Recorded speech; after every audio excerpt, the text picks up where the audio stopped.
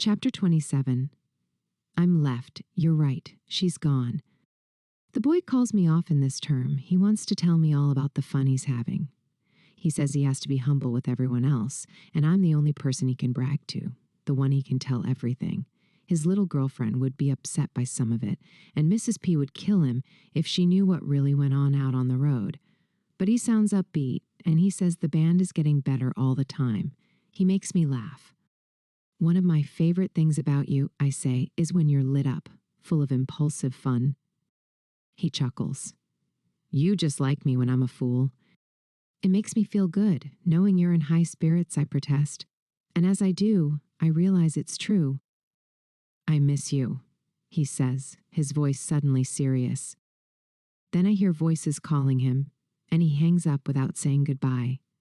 I shake my head and look out at the autumn landscape of Pennsylvania. Shall we drive into Philly for dinner? Topper asks. Sure, I say, peeking up at him. He's here for the weekend. I haven't told the boy. He hasn't asked, and he's busy anyway. I wonder if he'd mind. He doesn't need to know, I tell myself. You have to come back. It's the boy on the line, urgent. Why? I'm in the middle of term. I question. Sam's booked us to play the Grand Ole Opry in Nashville. You gotta come. I swear I'll die if you don't. You're my lucky charm. His voice trembles between pleading and panic. Again, baby, it's all about you. I roll my eyes. I have a life too, you know. I'm begging you, he says, voice cracking. I sigh. You can't manipulate me. What do you mean? He snaps, instantly defensive. Don't treat me like you do the others. I know you too well. I don't know what you're talking about, he mutters. Then louder, you don't care about me. I think about you all the time. I've only ever loved you. That's just not true, I say, my patience thinning. It is, he cries, either sobbing for effect or with real desperation. Hey, my tone sharpens. If you want to speak to me, if you want any kind of relationship with me, you need to use a tone I can actually tolerate. Don't scream at me like a child. Silence. You can't just barge into my life and throw demands around. I continue, calmer now. You're not the boss of me, and I'm not the boss of you.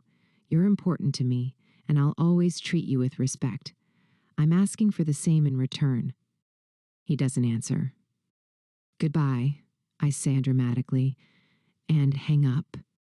2 days later, the boy is standing outside the apartment. He looks a mess, but somehow he's never looked more handsome. There's a newfound confidence in him, a bit of swagger. He's come all the way up to Bryn Mawr to see me. What on earth? I ask, glancing outside to see if he's with anyone. What are you doing here? Tilly appears, drawn by the noise. As I live and breathe, she sniggers, if it isn't Lil Abner in person. She gives him a slow once-over. Why is your neck so dirty? It ain't, he says, frowning. And why you calling me Lil Abner? Let me see, I say, pulling him into the hallway. He checks the mirror. Ah, he says. Yeah, all right. I raise an eyebrow. Are you wearing makeup? Stop it, he groans, but I can't help laughing. I don't mind if you are. You look great. But are you?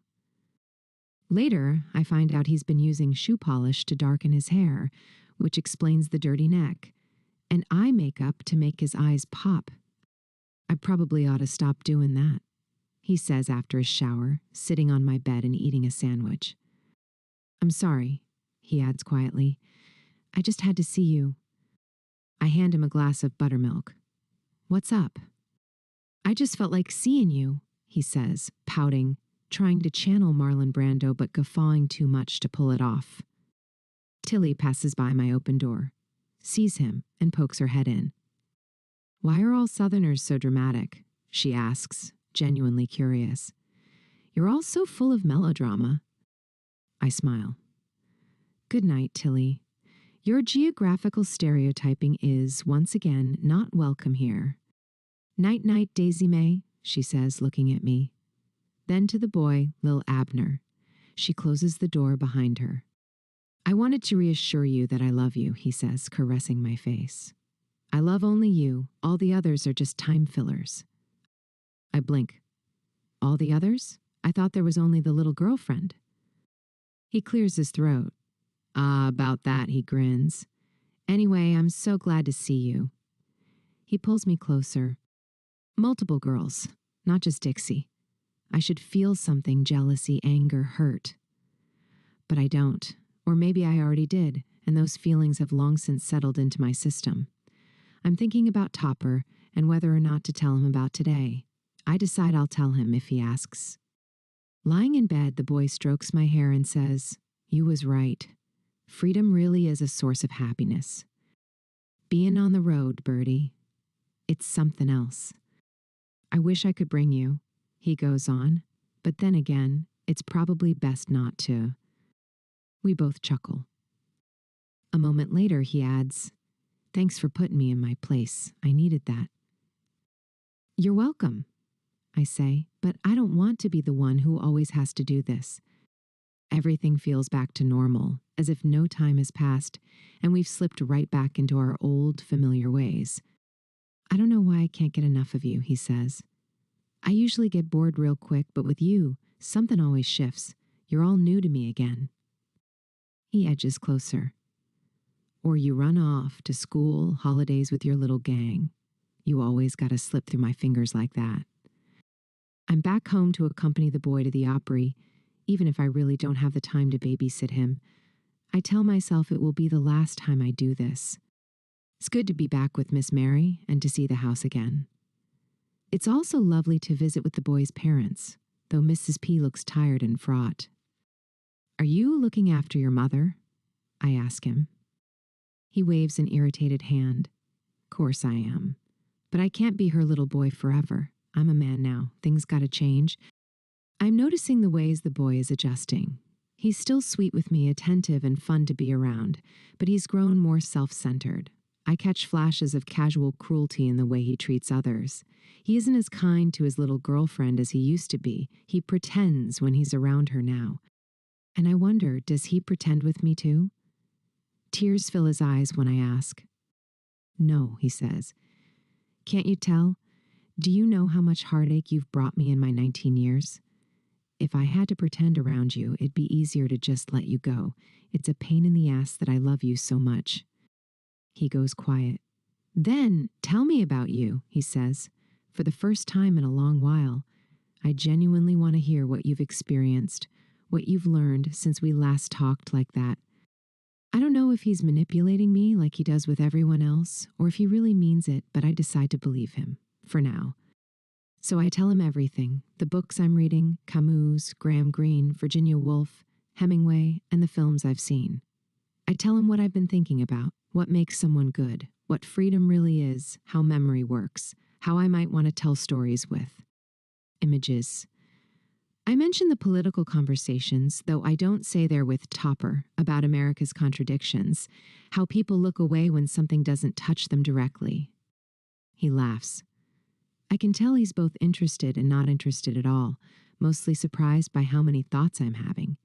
He says he never knew girls thought about anything other than getting married and having children. I can't tell if he's being serious or if he's having me on. Then he winks at me. He kisses me and puts his arm around me. I feel him drawing closer. I feel us becoming one again, more than we've been in a long while. And I love him as always. A pain in the arse. This little up-tempo, always moving, running at full tilt, leg-shaking nuisance of a boy. When I picture him as he is this autumn, I see him striding through a venue, his long legs taking him everywhere at once, one eyebrow raised, laughter behind his eyes. It's as if he's saying, I'm going that way, one arm stretched toward the future, a pointed finger and a wink. Catch me if you can. I can see why it's hard for Mrs. P to keep up. I can see how his own mind struggles to keep pace. And I can see this is why he needs me here, someone to witness it, someone who knew him before, someone to keep him from veering off course. Whether I can actually do that is another question. Turns out the Grand Ole Opry in early October 1954 is not yet ready for the boy and his band. Instead of applauding this energetic new trio, delivering old songs with a new beat, the old guard sit in confused silence. They don't get the energy, the rhythm, the pulse behind their version of Blue Moon of Kentucky. Someone even tells him to go back to truck driving. I'm ready to deal with this crowd, just like I dealt with the boys who took his school bag back at Hume's in junior high. But I'm an adult now, and this isn't junior high. I can't sock anyone on the nose. All I can do is sit with him afterward and try to make it all better. They weren't ready, is all, I tell him gently as we drive back. Not everyone will understand what he brings, but I do, and maybe that's reason enough for him to want me here, after all. Before I go back to college, I give him a copy of The Picture of Dorian Gray. I don't know why exactly. I just feel like he should read it at some point. Please try not to stumble and fall, I say as I kiss him goodbye. He grins and winks at me. Don't you worry. I won't, long as I got you.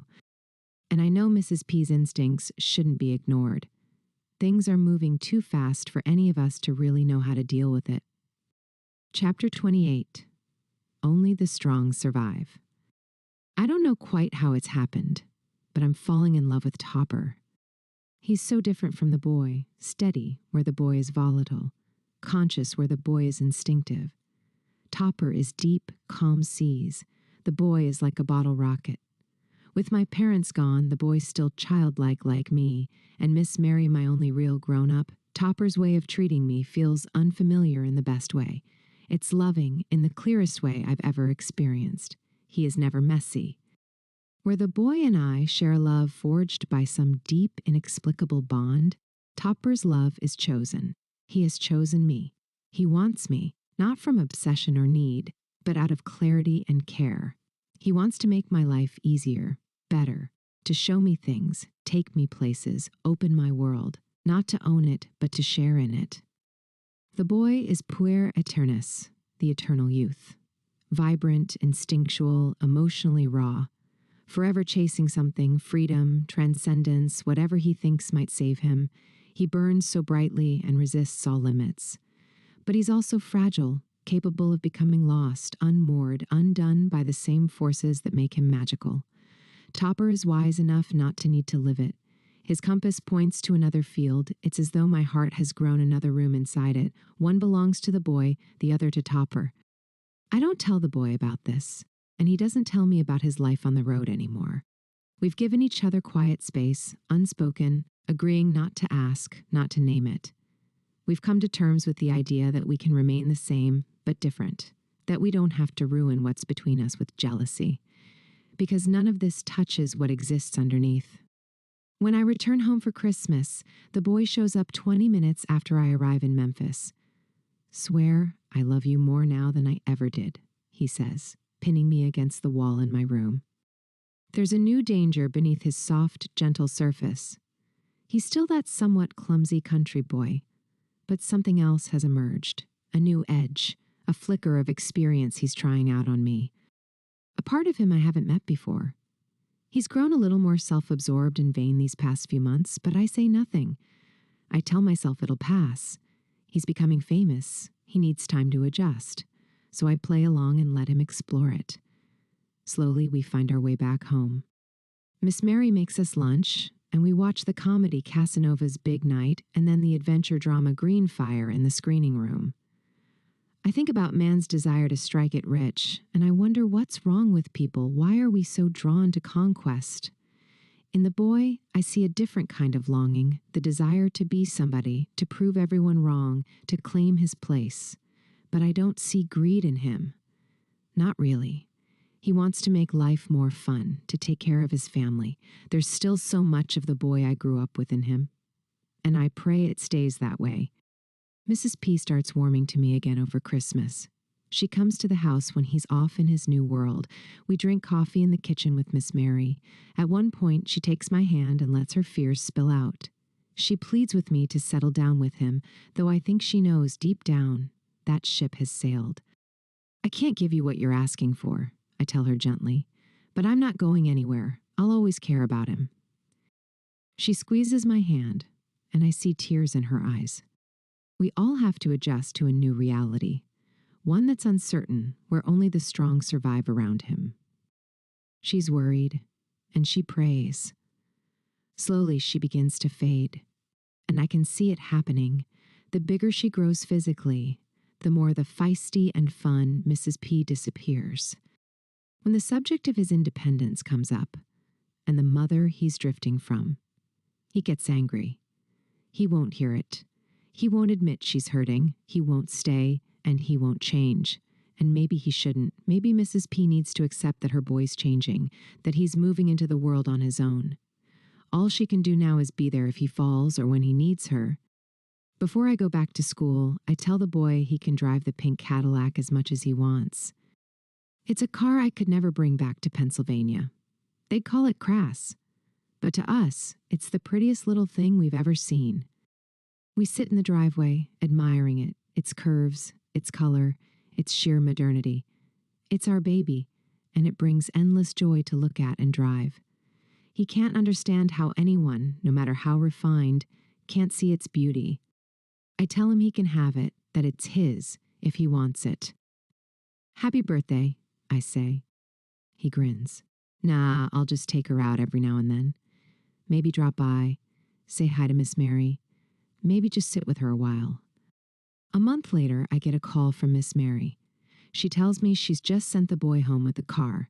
She found him in the garage, asleep in the front seat, hands on the wheel. When she woke him and asked what he was doing, he told her he'd come to quiet his mind, just to sit there, to be near it. They went inside. She made him a meal, and afterwards she handed him the keys. In April, I receive a letter from home with one of the now familiar Sun records tucked inside. He's been playing bigger venues now, I've heard from Mabel. The band is on the radio constantly. Things are accelerating. There's a rushed note, scrawled in a hurried hand. Baby Bird, this is for you. It's both a promise of my undying love and a threat. Hope you like. Eep. On the other side, he's drawn a stick figure with a guitar and scribbled something I can't quite make out. The ink is smudged. I put the record on the turntable in our apartment and hear his voice stutter over Bill's bass, joined by Scotty on guitar and DJ Fontana on drums. Baby, baby, baby, he croons and then sings the lines he's changed from Arthur Gunter's original. Well, you may go to college, you may go to school, you may have a pink Cadillac, but don't you be nobody's fool. I burst out laughing. But then his voice goes cold. Now listen to me, baby, try to understand. I'd rather see you dead, little girl, than to be with another man. Tilly, who's been at her desk, walks over, lifts the record, and chucks it straight out the open window. Well, that's the end of that petulant boy's whinging, she says, patting my shoulder before returning to her coursework. I run outside and fish the record from the bushes. For a moment, the vinyl feels ice cold in my palm. When I come back inside, Tilly warns me not to play side 2 while she's around. I might be the one to kill you myself, she mutters. I cannot for the life of me see what you like about him. He's gruff, unsophisticated, and backwards. I've never heard him say a single thing of value. All he does is grunt and snarl. Maybe that's because you're so dang unwelcoming and snooty toward him. I shoot back, heading to my room. I close the door and let her voice fade out.